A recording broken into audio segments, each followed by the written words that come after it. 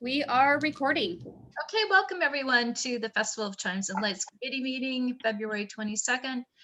We're getting started with our agenda. Did everyone get a copy? Okay. The first thing on the agenda is talking about the tree judging categories. And the judge team this year actually had some recommendations. They actually kind of had the close up about what would be probably the most appropriate. And this year, because we had so many giving trees, they thought it might be a good category to have a giving tree category. And see, what happened is a lot of trees became giving trees because it wasn't real clear which was a gift. Whether they want it to be or not. Surprise, we're taking your stuff. Yeah, well, actually, that's what happened. A lot of it walked off at different times. And, we didn't make it real clear. So if we actually had a giving tree category, then we could make it clearer, we think. You never know for sure, but so that was one of the suggestions they had. Another suggestion they had was the most classic or classy Christmas tree, which I thought was a good category. We've had vintage in the past, but they said it's really hard to define vintage. There's so many different kinds, and so well, if we're gonna have classy, can we have like trashy? No, we don't want to. I don't think we need to encourage that downtown, do you? So then people would say define classy.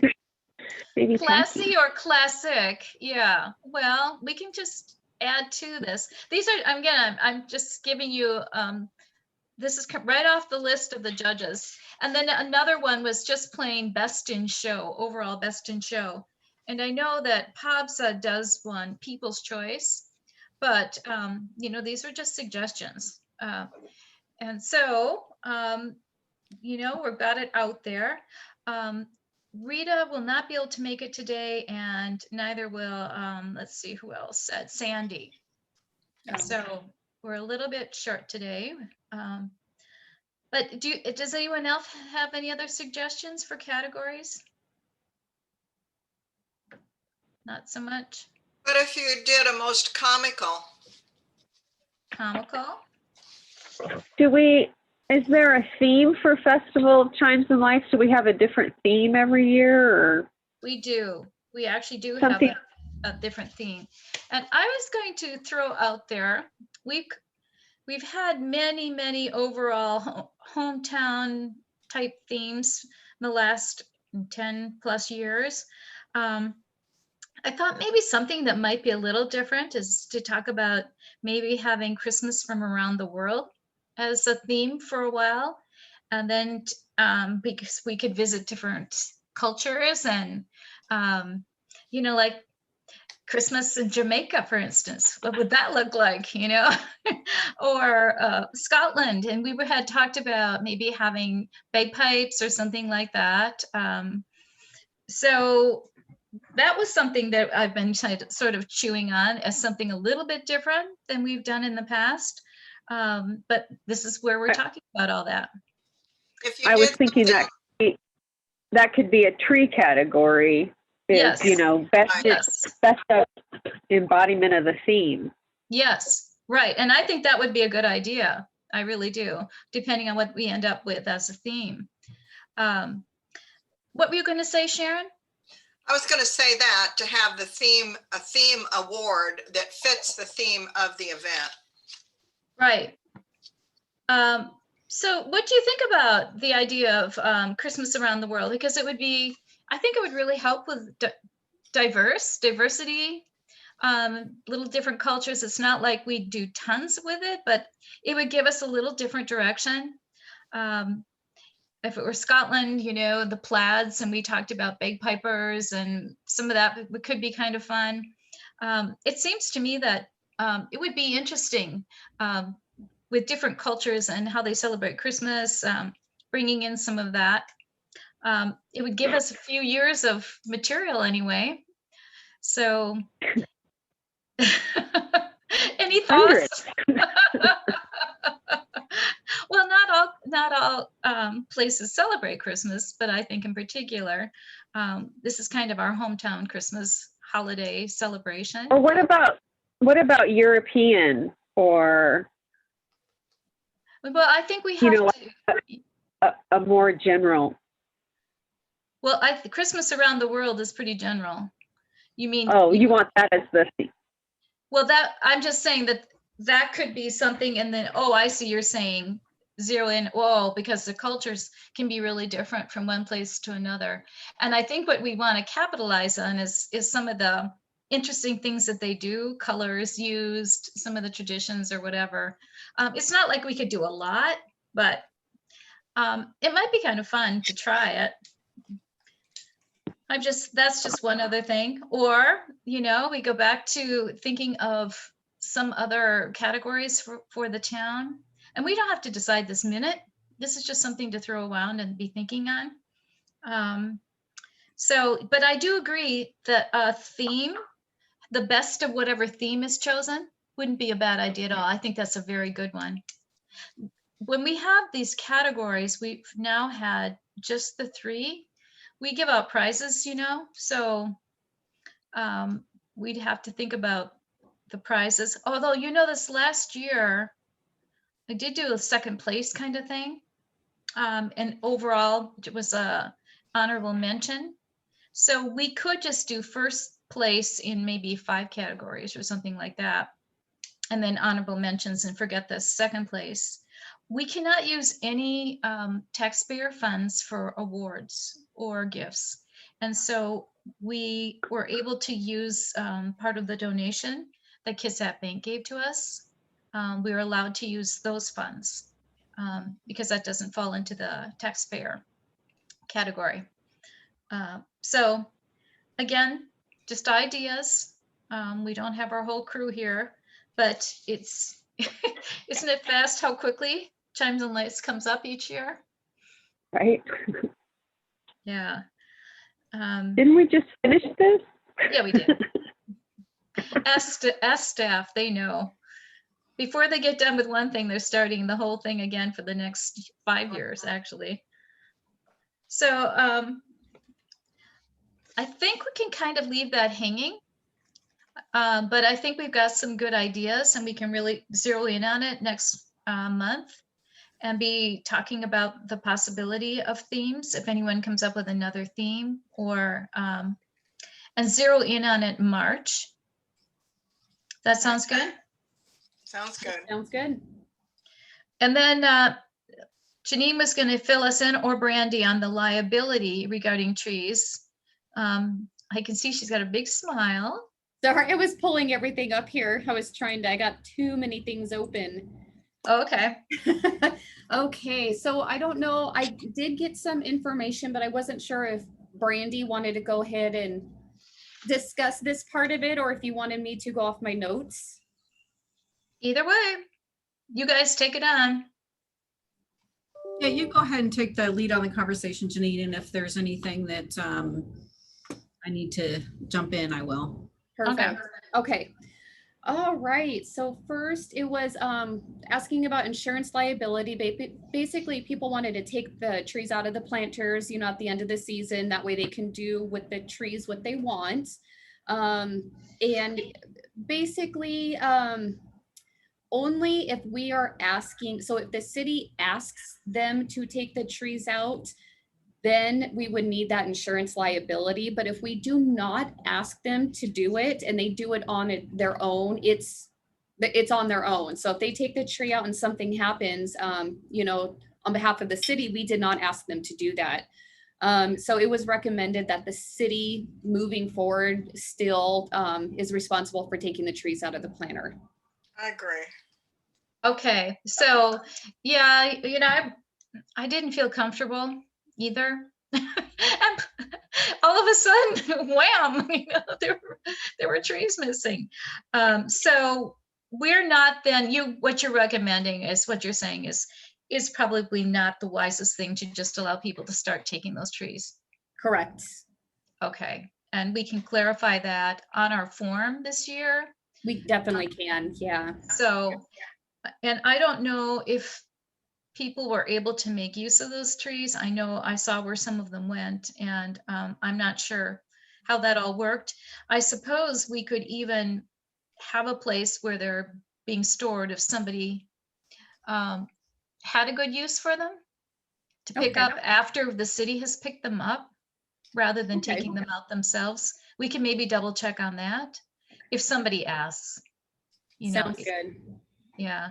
But I felt better about not having people just start taking them out. You just never know what creative ideas can come out. Yeah. Yeah. Okay. Well, I think that settles that rather nicely. May we have the budget update then? So I have a couple different things kind of the same. And so Brandy, just please let me know if there's anything else or if I'm going way off here. So we had budget questions on several different things. And one of them was if the city could supply all the extension cords and if we had money in the budget, if we needed to purchase additional extension cords. Uh-huh.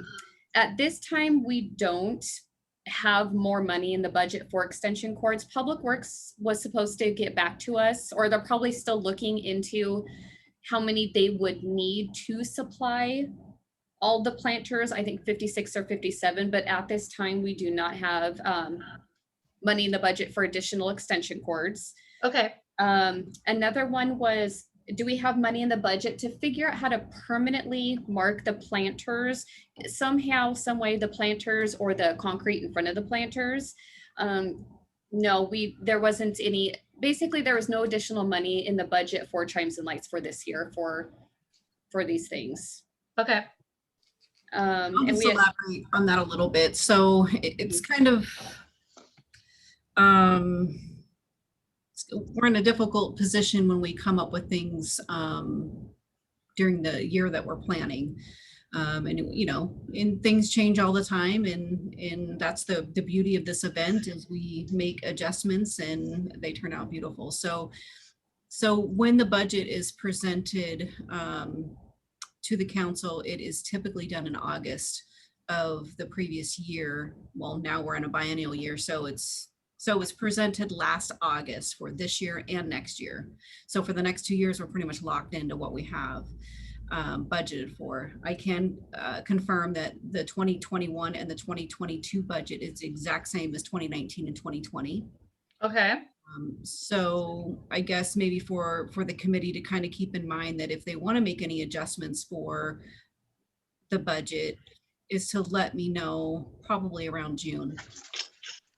The problem we have, Brandy, as you well know, is Yeah. that you figure in salaries and there's no way that we can plan around those because it depends on how much time is used for things. And that is like a moving target for us. Yeah. So, you know, since we've gone with, Public Works had to put quite a lot of extra time in this past year. But the previous year we had electrical problems and, you know, what I'm saying is that's what the tricky part is. Yeah.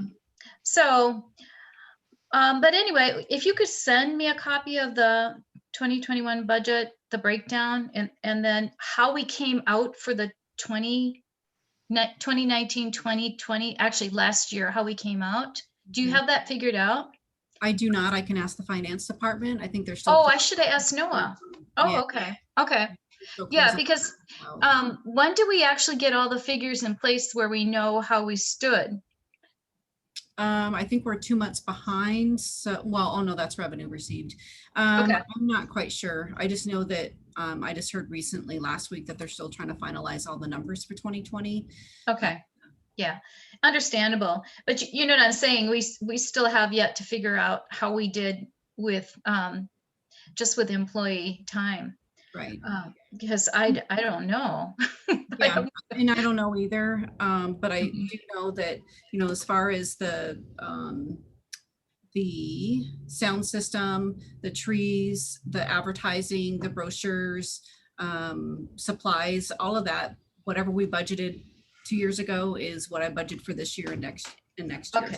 And we didn't begin to use our advertising budget. Right. Yeah. So Brandy, do those funds ever carry forward into a new biennial budget? Okay, all right. We just use it or lose it pretty much in that biennial. So if we don't use it this year, then absolutely we'll have extra for next year. But yeah. Okay, well, this is one thing that we can do, you guys, is we will need to know what measurement of cord is needed for each tree. Now, that's something I think that Public Works can do, and Bill and I talked about. Maybe Tuesday can do some of this. So, you know, I had a tree, or my husband's company sponsored a tree last year, and we needed a cord that was almost 30 feet long, you know. So we didn't know that ahead of time. No one knew that. And that was something Public Works determined. So maybe what we're going to need then is which location requires what length of cord and the type of cord. And you know what, I'm really quite certain that people will be willing to provide that cord, and a lot of people actually have. But I think we've got to be a little smarter about what we actually need. Sharon, you were asking. Sharon, you're on mute. Sharon. When you're talking about that type of a cord, like underneath where it would plug into the city electricity, you're going to have to put up some nails to run it on, or some kind of a hook that it's going to stay up on. Otherwise, it's going to continue to sag if there's nothing to hook that cord on, because we experienced that the first year, and I had about a 15-foot cord that I had to use for our tree on the corner, and there was nothing to hold it up. It just sagged. Yeah, Public Works is responsible for actually plugging the tree in. That takes care of the city's liability issues. And what they do is, I think that they do cords and zip ties and stuff to keep them together, Sharon, because I didn't see any cords hanging this year. Bill and Tuesday were really great about getting down there and plugging trees in, and they take care of that kind of saggy stuff. Well, our cord was hanging right on the top of our tree for fathoms, so we just started our lights right in it.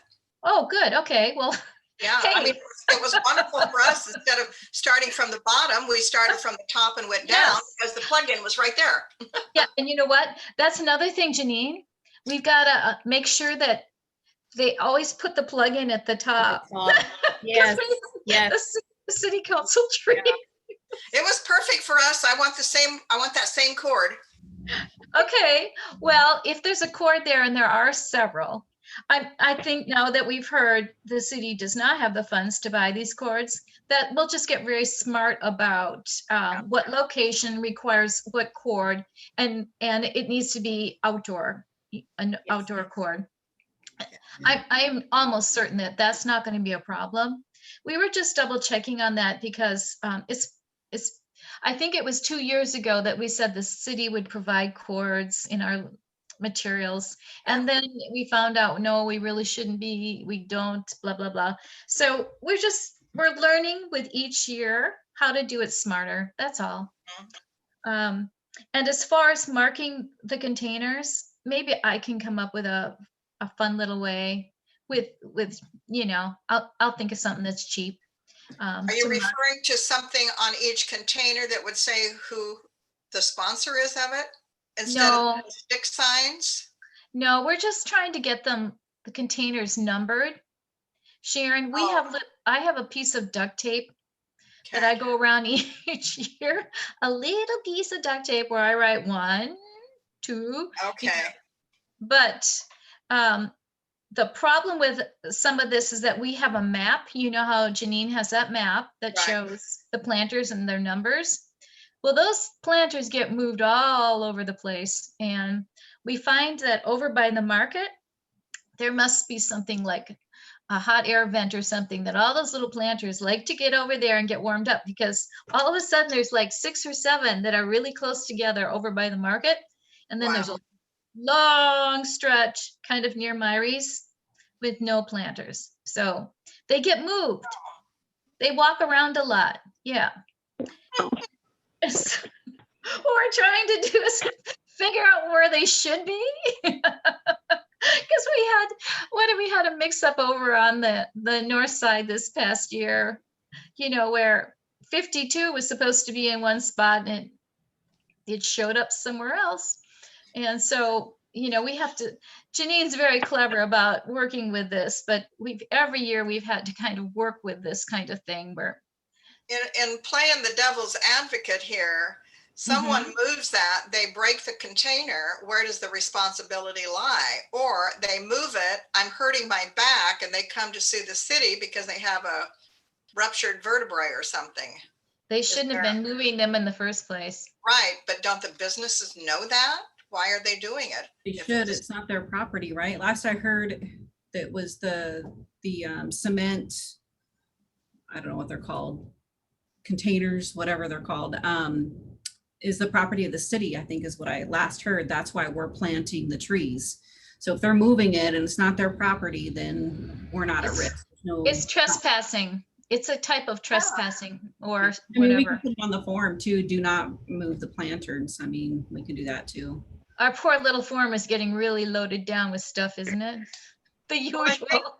I think in moving the containers, even if you think it's going on now during the summer, it kind of makes it sparse in a place on a city street where you've got them grouped together. I never noticed that before, but I'll sure pay attention to it this summer. Yeah, and you know what? Public Works has been really good about trying to get those planters back. And they do. And you know what? This is not the end of the world. It's just that it's a little situation that creeps up every year, So we were even thinking if we had a mark on the sidewalk, that would be like, okay, so number 1 is always going to be right on this mark, even if it got moved across the street, say, for some other reason. That way we can let people know where the planters are really going to be. But we'll keep working on it. Even if Would they let you? Would they let you paint on the sidewalk? Or you want to mark the planter itself, or do you want to mark the sidewalk? Well, it's actually both. You'd have to do both. Yeah. Yeah. And I would think it's a possibility that we could put some sort of dot or something on the sidewalk in a certain location where it's supposed to be. That's a state highway, and I know it's a right of way, and there's probably rules about all that. Although I think that we could do something with marking spots where the planters are supposed to be once Public Works determine that. And then we can do our little map and put our own numbers in. What we want to try to do probably is not have those numbers 58 and 57 across the street. Find a way to figure that out. It's just been tricky because, we actually don't have 58 planters anymore. We really have 57 is where we're at. If they all hold together this year, if they survive the winter. But that's just something we've run into. We were thinking we could maybe try to get that solved. Again, not the end of the world, just one of those little irking things that shows every year. All right, so Facebook page update. So actually, just to go back a little bit on the budget, Yeah. I think at our last meeting, we had talked about the large tree delivery and the price. Yes. It was 13, so 1,350 was what was invoiced. So that was for the tree and delivery. Okay. And there is enough money in the funds for this year and next year for the same, if we're looking to do that. That's a no-brainer. That's so much better for handling, even though we may get a tree, say for $400 or $500, whatever we were paying. By the time Public Works drilled holes, bolted new branches in, and did all of that work, it cost a whole lot more money. So this is much safer and a better way to go.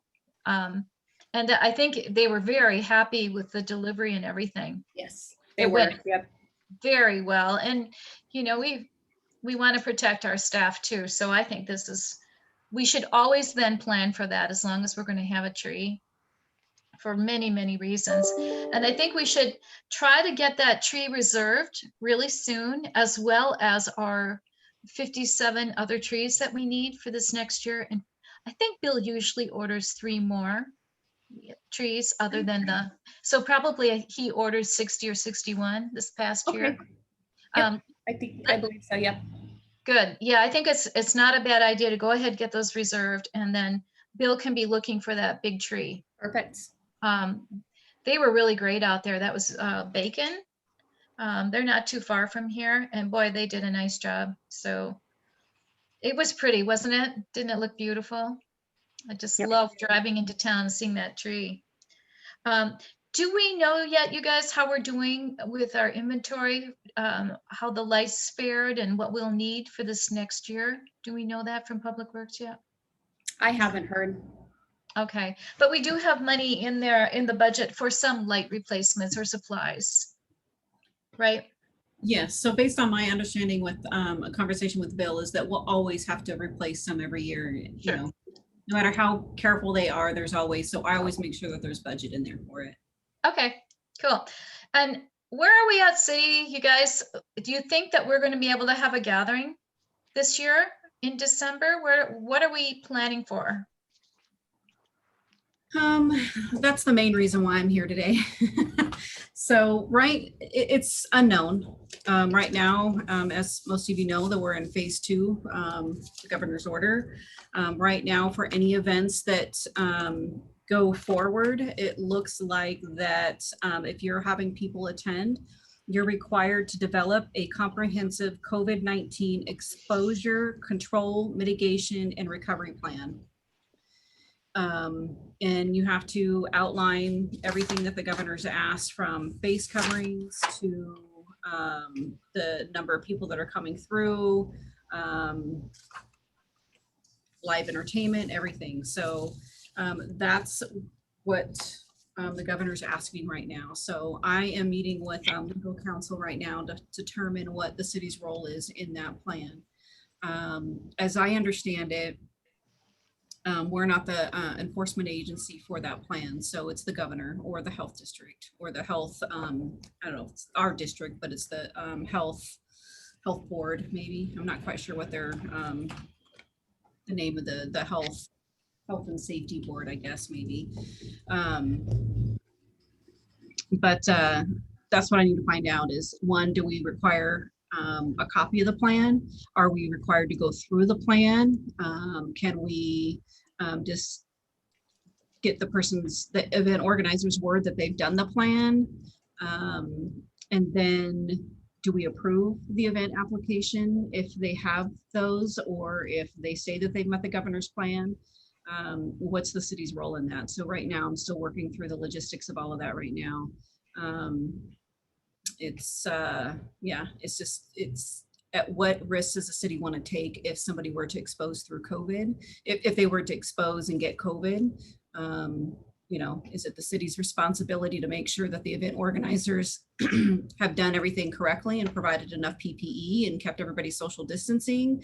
Or is it going to be the governor that's going to be on that? From what I understand, it's going to be a state agency that's going to enforce all of those rules and regulations. But we just need, you know, obviously for the city to protect ourselves and anybody that could have been exposed or gets exposed because they attended an event on city right of way or city property. So I'm hoping to get that results or the direction from legal counsel in the next week or so to send it out to everybody. So I know I don't Okay. know much, but that's all I know. Okay. Just So, a quick clarification, when you said a state agency would regulate the plan? they wouldn't regulate, they would enforce. So for example, it could be a state agency is typically either Department of Ecology, which I know this wouldn't be under their realm, but it would be this Department Health Board, the State Department Health Board. It could be whatever regulatory agency that you have to provide a plan for. It could be liquor control. It could be, you know, if you're serving alcohol, it could be somebody, you know, their jurisdiction of, it could be the, most likely it's going to be somebody within the health district. I don't know. A question I would have in that direction would be if they require physical employees of those organizations to attend an event, are they furnishing the cost of the labor, or are we going to be taxed that labor for them to come to our event? So it's my understanding what they're doing is all the language is copied from the business model into all of these different sections. So even though it says employee and it says there's some other terms in there, but it's my understanding, vendors, employees, it's my understanding is they're just, again, copying the business model. So if they're volunteers and your agency is having somebody come in and organizing this event, right? So you got vendors and you got volunteers and you have paid staff. You have to abide by all those rules that a regular business does. Just because you're outdoors, you still have to abide by all of those. Okay. So from what I understand is you can't get caught up in the term employee because they're keeping employee as volunteer. Employee doesn't mean paid. Right. Okay. Right. So Brandy, what we'd have to do is have some sort of plan for social distancing or something like that. Yeah. If And Chimes and Lights were done before, we would have to have a plan as well. And that's going to be for all events. Yes. So you right now can't approve anything until that gets all figured out for events for the year, right? It's my understanding that there isn't a city in the state that are accepting events and approving them. Sure. The city of Seattle has taken the stance of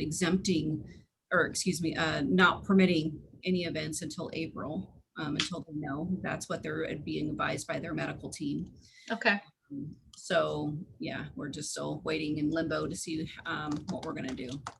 So the truth is we've been through one of these COVID events already for us, Chimes and Lights. We could just use our last year model if we needed to be, and be fine with having the tree decorating contest and maybe some more music downtown or whatever. So, okay, well, that's not the end of the world. We'll roll with the punches here. What about the run though? Is that different guidelines as well? So they broke it down into three different categories. So farmers market is totally exempt from any of this. I shouldn't say totally exempt. They're in a different category because they're in the category of the grocers, in that they are a vital source based on their produce and their vegetables and the farming. So they're different. Then they break it up into two events. They classify it as weddings, funerals, and events, and then they classify it as racing, non-motorized, and motorized. So there's different formats as to what the governor wants to see. Okay. But I believe both require a plan. It's just different rules. Like how many are you gonna, just on a summary, like for events, you can't have any more than 200 people. For a run, you can't have so many people cross the start line within a certain amount of time.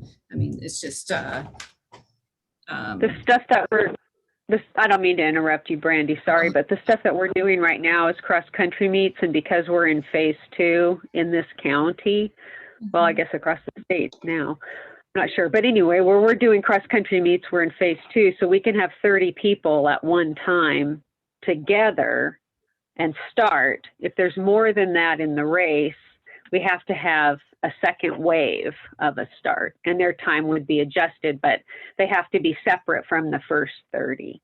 So when we set up the start line, we've got a 6 feet distance of all of you people in the first wave go here and everybody in the next wave step back. And we could do the same thing. There's plenty of room if we have the road. The challenge last year, of course, was we didn't close the road, so we couldn't really have a real race. So, but as long as we're at phase 2 or above, we could physically have an event. We'd just have to have waves as long as we could have the road.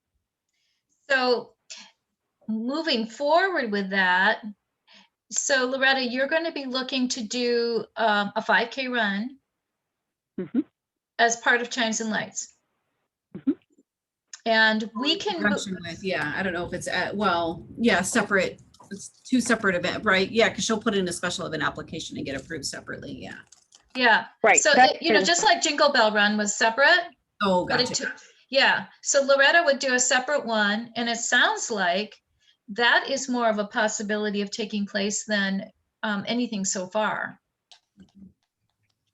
Because you already would be able to start your timing. You could already, your plan would be easier to enforce and than say a general plan of lots of people attending a big event.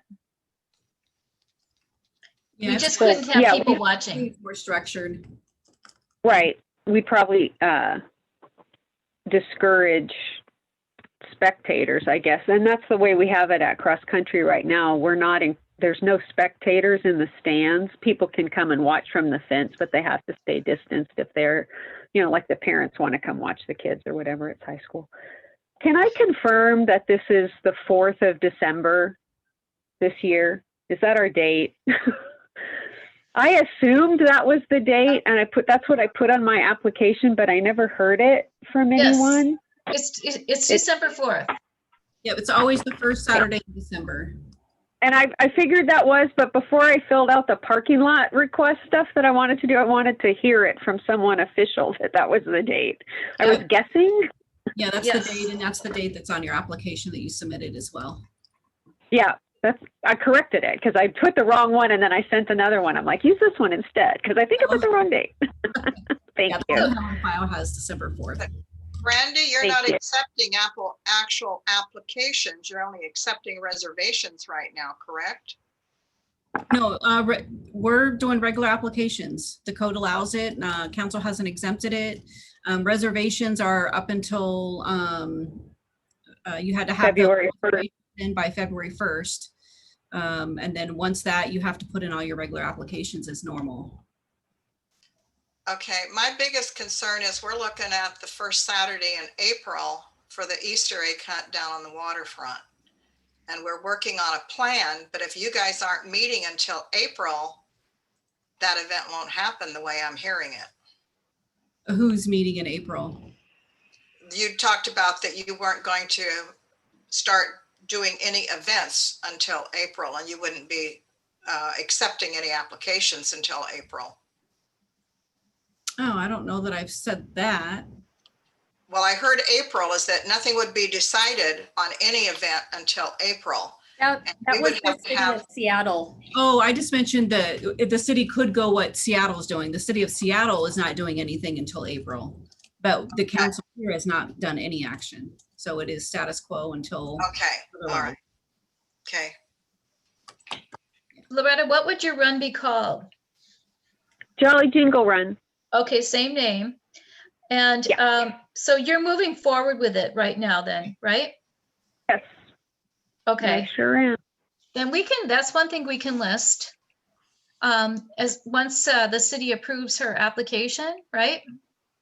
Yeah, it won't be for some time, but it's in the process, and we'll, as soon as we know, I shouldn't say not for some time.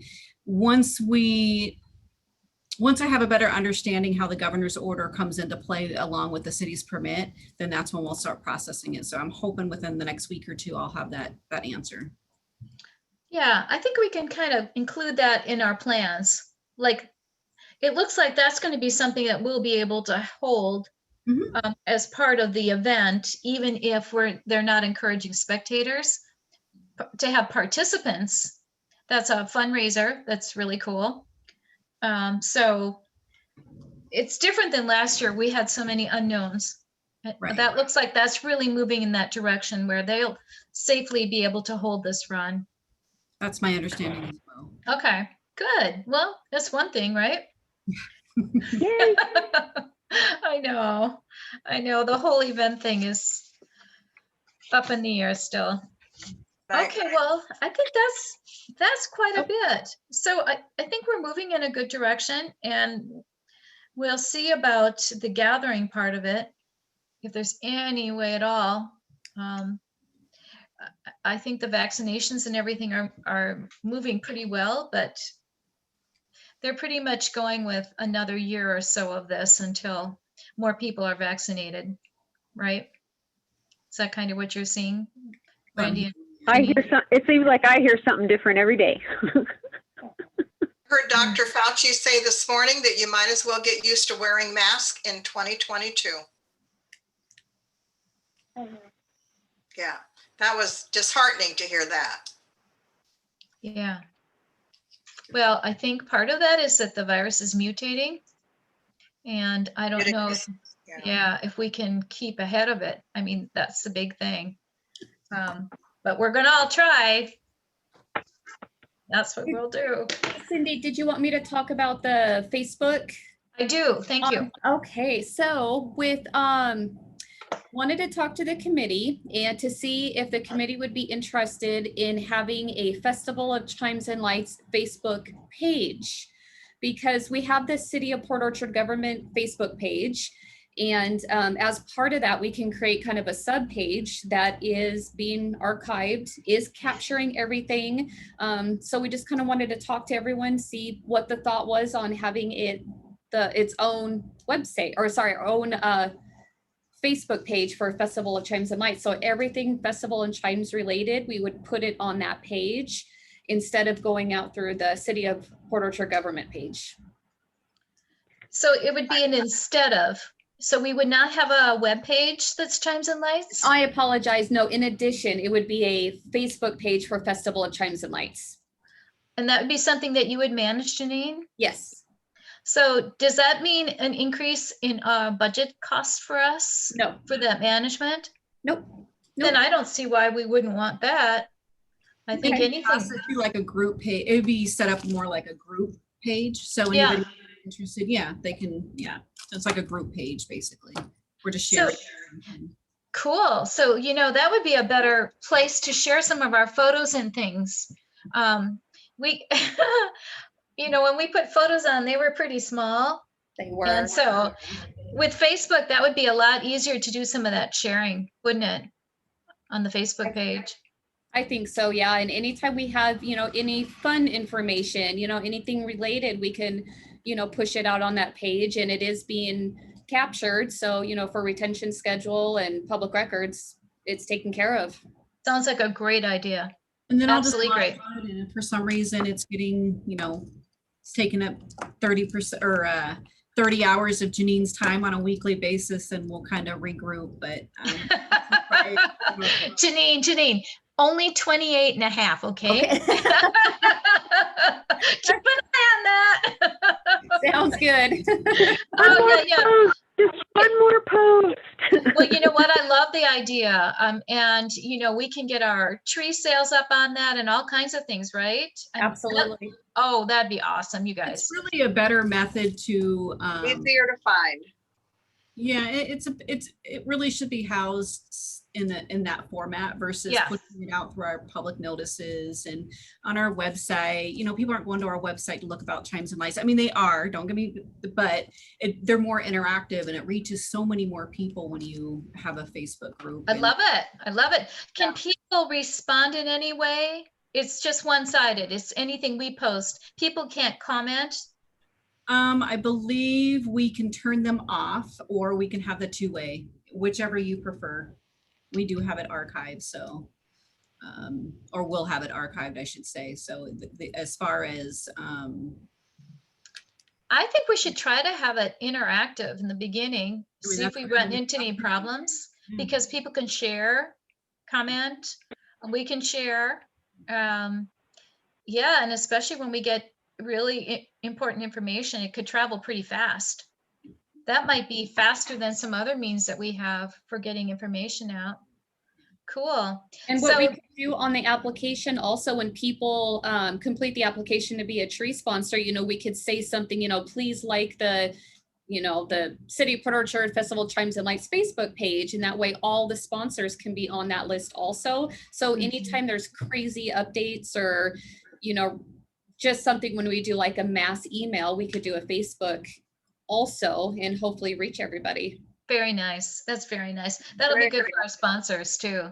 Yeah, absolutely. Yep. Yeah, I love it. Okay, and plus we can give a better shout out to Kids at Bank for their continual donation. They're so faithful to us, and we don't always have the best way of saying thank you. So that would be really nice.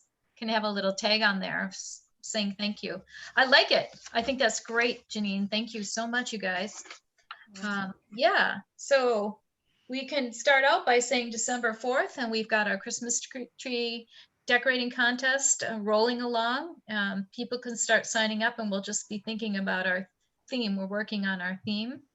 And we'll have a few more people at our next meeting and see if we can zero in on something. But we're moving, and we'll count on the Jolly Jingle Run as taking place this year, whether we have spectators or not. And you're working on the whole thing of getting the route reserved and what you would Yep. need for enforcement and all that, right? Yeah, that's all part of the application. The Yes. diagrams, what we need, and then the police reviewing and approving the course and however many people they need for it. Yeah, Okay. that's all in the application. So Cool. That's very cool. All right. So basically, summary is we're going to reserve, have Bill reserve our big tree and get the other 57 trees reserved for the decorating contest. We're basically working on the same budget as last year, which is all going to be fine. And we'll have Public Works, please work on the locations and the footage required for the cords. That will be our next project. So that when people do sign up, even if we don't have the information right away, we can let them know within a certain period of time what what length of cord they'll be needing. Okay, good. How fun. Well, we're moving along. It's more hopeful than it was several months ago. And I hope everyone can get vaccinated this year. That's the big thing.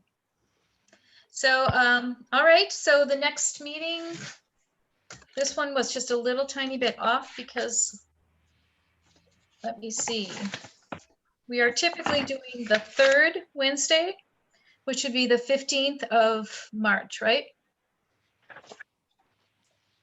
Correct. Yep, the third Monday. Yep, okay. So we'll see all of you on March 15th. All right, we'll see you then. Bye, everyone. Thank you very much for coming. Bye-bye.